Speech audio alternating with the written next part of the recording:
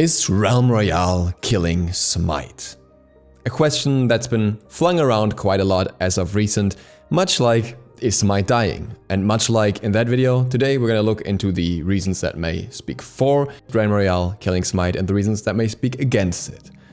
Much like with the Is Smite dying video, I'm sure there will be a lot of people that will only read the title and then go into lengthy discussions or try to trash the video based on the title or whatever. So I'm gonna take this one away a little bit beforehand, and I'm gonna tell you that in conclusion, I don't think that Realm Royale will be killing Smite. There are certain things that will affect Smite in one way or another, I'm sure, but I don't think it will be killing it in the long run. But let's not get too ahead of ourselves and actually start from the beginning and how this all developed. So Realm Royale has been blowing up. If you haven't been paying attention to that, it's been blowing up, especially on Twitch, and then as a result of that also on Steam. You can kind of see how the charts here correspond to each other. The red line represents Twitch viewers, the blue line represents the players on Steam, and especially when Ninja was playing the game, a lot of people actually looked at the game and tried it out.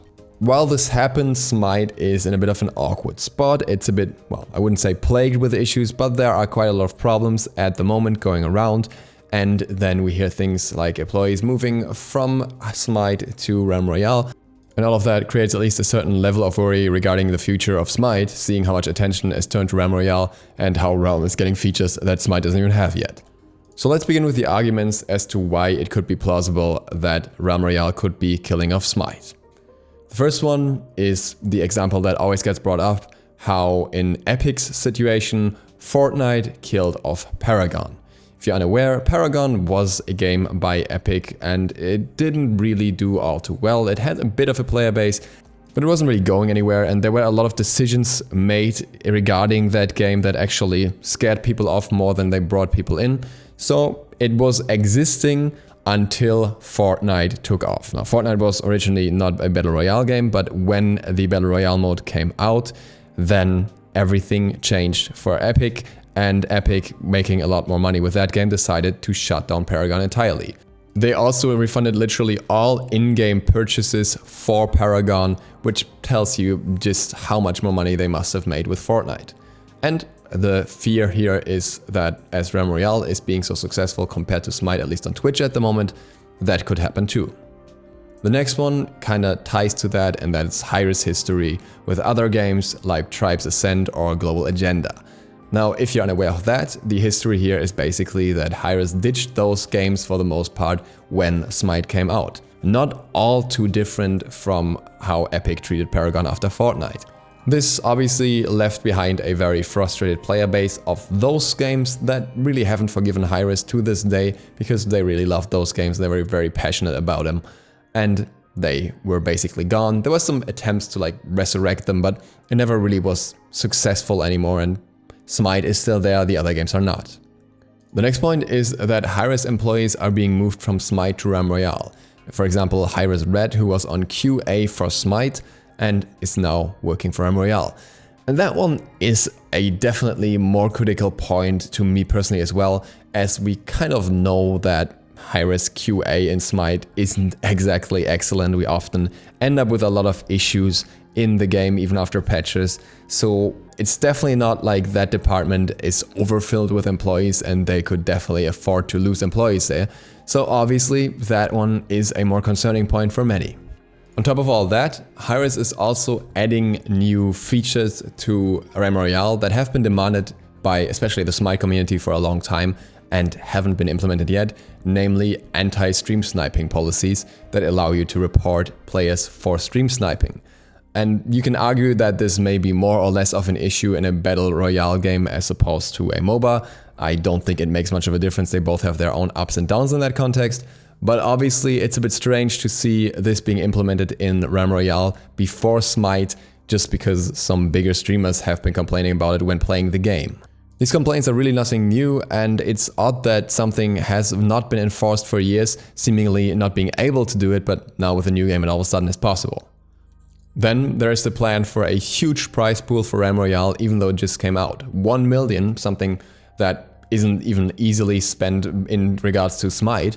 So a kind of surprisingly high value for a game that hasn't really caught on all that much yet, or hasn't really set foot and established itself all that well, and isn't even making money for Hi-Rez yet, which may lead to some people also thinking that maybe this money is basically coming from Smite and being invested into Royale. Last but not least, we also have to keep in mind that there are other issues in Smite that indicate that things aren't going all too well for it, namely the spectator problems at the moment. The spectator client has had issues ever since it came out basically, but they have been more and more amplified over the past month. And what we see now is the point where the SPL can't actually be broadcast anymore because games cannot be spectated. That clearly is a big issue, and seeing that this didn't get solved in time may be an indication that Hi-Rez attention is just somewhere else currently. So these are the points that speak for Realm Royale being a threat to Smite. Now let us look at the other side, or more specifically the arguments against exactly those points and some extra points on top of that. Neither the comparison between Fortnite and Paragon, nor the comparison between Tribes Ascend or Global Agenda and Smite are really fitting for the situation that we have. Paragon, Tribes Ascend and Global Agenda had one problem in common. They were not profitable. They were making losses for the companies that ran them. With every patch that came out, every investment that was made into the game was making more losses. Sometimes you can work at a loss and see if the situation eventually turns around. Maybe you make a good change and more people come in.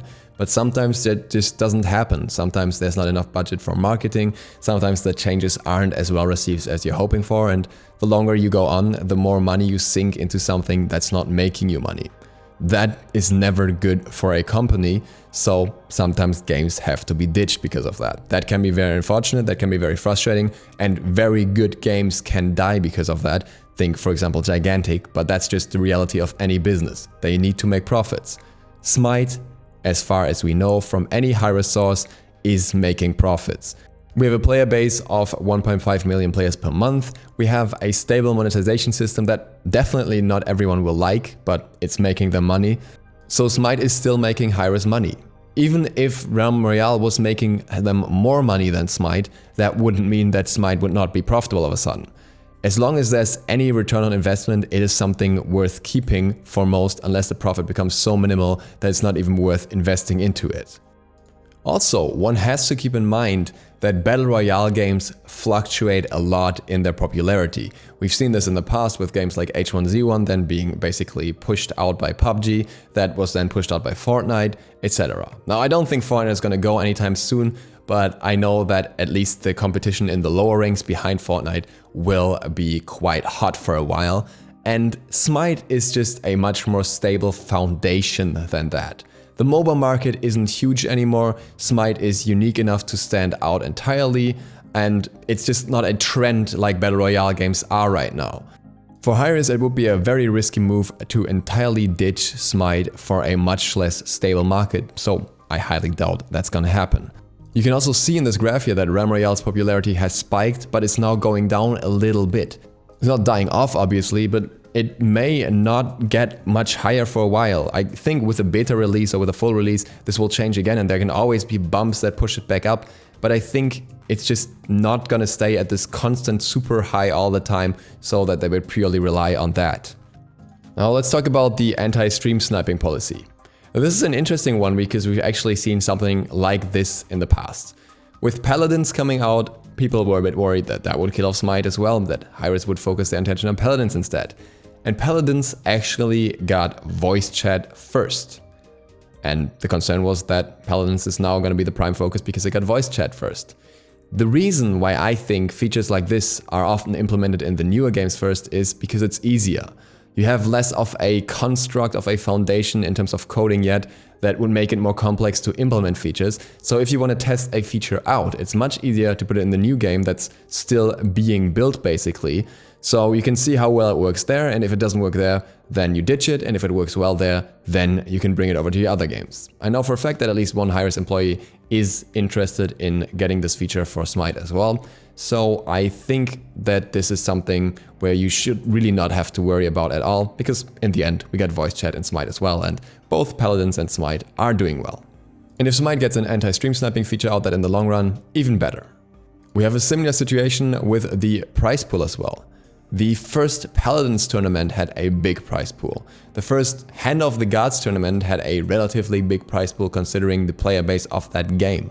Hi-Rez likes to promote new games by pushing big tournaments because they always want esports to be a part of their game and they want to get a lot of attention that way.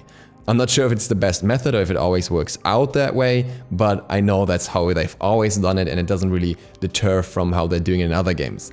And the investments in Hi-Rez don't necessarily all come from Smite, so I don't think it's necessarily Smite money being used here either. Smite and Royale also partially cater to very different audiences, and as such there is no benefit for Hi-Rez in losing one of their audiences instead of just growing both and that way also setting up for more potential future titles when you can reach different types of audiences for different games. So I really don't see how that would correlate at all. At the same time, Smite and Royale obviously also share a lot of audience of people that just know about Hi-Rez already through Smite and then will check out the other games too. And a lot of them might be very frustrated if Smite was killed off entirely in favor of Royale and may ditch Royale just out of spite for Hi-Rez along with that if it was to happen. The opposite could happen. Royale's growth could potentially help Smite as well, as if Hi-Rez as a name gets much bigger, more people are inclined to check out their other games too.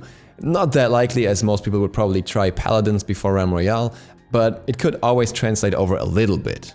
At the end, it's also down to Hi-Rez to do something here. For example, by making crossover skins between those games, that would make people more interested in the other games and check out what the character behind that skin is. The one point I truly have no counterpoint to is the spectator one. All I can say is Hi-Rez needs to get their shit together when it comes to Spectator and Smite, and I don't know why it's taken that long. I know they've put more employees on this now after it's been an issue for so long and it's been talked about so many times, but really this should have happened a long time ago and there's not really an excuse at this point other than that obviously the code is very complicated and the code itself is probably part of the issue, but still, this needs to be solved ASAP. There's one more point to address, that's the one regarding Hi-Rez Red being moved from QA on Smite to Royale. And for this one, there's a response from Hi-Rez Ajax himself. I asked him if he had anything to add before I post this video, and he referred me to that particular comment that he wrote. Red is a fantastic game dev, and I know he will do great on the Realm team. We recently took him from another team within Hi-Rez. He specializes in getting things done through QA and production, so we move him around often to whichever team currently needs his skills. Smite was going through a big production shift, so we took him in. We have completed that shift and now have our new schedule up and running, so we feel comfortable allowing him to keep moving around the studio to do what he does best. We have been hiring for the Smite team directly and the team has grown recently. Although Red might be moving, we have gained many more team members. We have 2 more full-time console QA testers who are doing great work. We recently started our 2018 internship program and many of those interns are working exclusively on Smite and are contributing just as much to the game as veteran devs. We're also still planning to hire more devs for Smite exclusively, so if you have the skills and desire, please keep an eye on our careers page over the next few weeks. Smite is also still growing in many ways. Expanding to multiple platforms has given our community further reach than ever expected. Smite is still a top free-to-play game on consoles, and we are rapidly exposing the game to new players through things like Xbox games with Gold and PS Plus. Our PC community has stayed strong through so many new competitive games releasing. Season 5 Conquest was a huge success, and our most competitive mode is holding players' interest better than ever and bringing a whole new wave of hardcore Smite players. We still have big plans for the future of Smite, like our rework of the arena map later this year. We want to make sure every type of Smite player feels appreciated. We know a lot of people have commented about Royale and how that might affect Smite. The comparison to other companies and even Hi-Rez's own history is not an accurate indicator of how this is going to play out. Smite is still extremely successful for Hi-Rez and we have no intentions of slowing down, no matter how well any of our other games do. The Smite community has been the most important piece of Smite history and we plan to support the game for a long time to come. Also note, we have added a lot of exciting new employees to the Smite team before the QA and interns. We have MLC Stealth and Chaos, Ponpon and Clumsy moved up as designers. We have added many more artists and programmers. Not everyone at Hi-Rez wants to interact with the community and that's okay. But they are here and part of the team and very passionate about the game. I think this statement responds to many of the concerns quite well, and with that we can come to a conclusion. I think that given Smite's current situation, there is no reason for Hi-Rez to ditch it. There would be no benefit in it, and there would only be risks tied with it. Obviously, at the moment there's a lot of attention on Royale and a lot of Hi-Rez employees talk about it, but that's just what happens when you have a new game releasing. It's an exciting time for a game developer, and that shouldn't be held against them. I'm pretty sure in the long run this will settle itself, and what I personally hope is that Hi-Rez uses the opportunity to promote Smite more through Royale as well, instead of just focusing on the profit of each game individually. So no, I don't think Royale will kill Smite. And with that, thank you guys for watching, hope to see you all for the next one tomorrow. If you're new to the channel, feel free to stop by and hit the bell and re-up me out. DukeSloth, out.